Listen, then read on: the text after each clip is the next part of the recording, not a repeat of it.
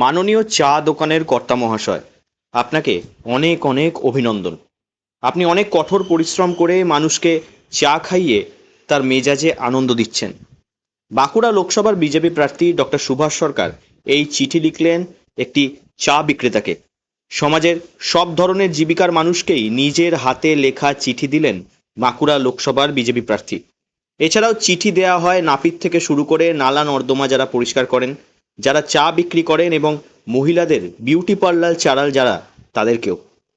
নিজের হাতে লেখা চিঠির মাধ্যমে একটি মৌলিক প্রচার সেরেছেন সুভাষ সরকার। পোস্টকার্ড কিংবা হাতে করে চিঠি লেখার দিন পেরিয়েছে। মুঠো ফোনের আড়ালে চকিতে পৌঁছে যাচ্ছে বার্তা। তবে ভারতবর্ষের সবচেয়ে বড় নির্বাচনের আগে বিজেপি প্রার্থীর এই প্রচার দৃষ্টি আকর্ষণ করতে সক্ষম হয়েছে বলা ভুল হবে না। সমাজের সমস্ত স্তরের মানুষকে তার সঙ্গে একেবারে হৃদয়ের যোগাযোগের জন্য এই চিঠি দিয়ে তাদের কাছে পৌঁছল। আমার নিজে হাতে লেখা চিঠি, সেই চিঠি যেমন চায়ের দোকান সকলের কাছে যাবে, তেমনি যারা সেলুন করছেন বা আমরা যাকে ইটালিয়ান সেলুন বলি, ইটালিয়ান সেলুন একদম সাধারণভাবে রাস্তায় চেয়ার পেতে বা পাথরের ওপর বসে চুল কাটে, চুল দাড়ি কাটে, তাদের কাছে যাবে। মাননীয় বিউটি পার্লারদের কাছে যাবে। স্বচ্ছ ভারত যারা করছেন, সাফাই কর্মী, সেই সাফাই কর্মীদের কাছে যাবে। তার সঙ্গে সঙ্গে যারা তথ্য মিত্র কেন্দ্র চালাচ্ছেন তাদের কাছে যাবে।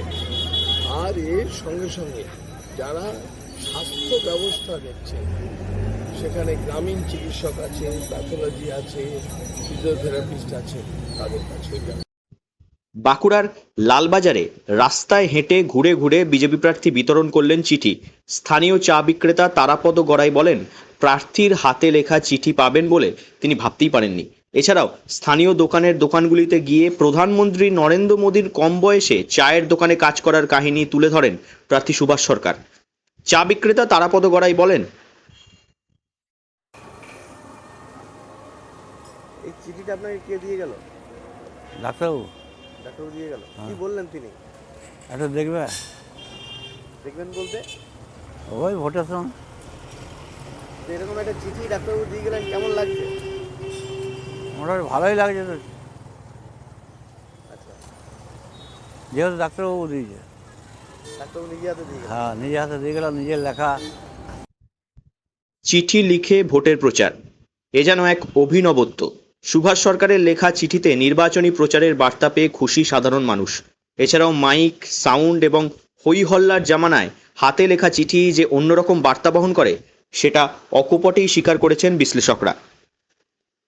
বাঁকুড়া থেকে নীলাঞ্জন ব্যানার্জির রিপোর্ট, লোকাল 18 বাংলা।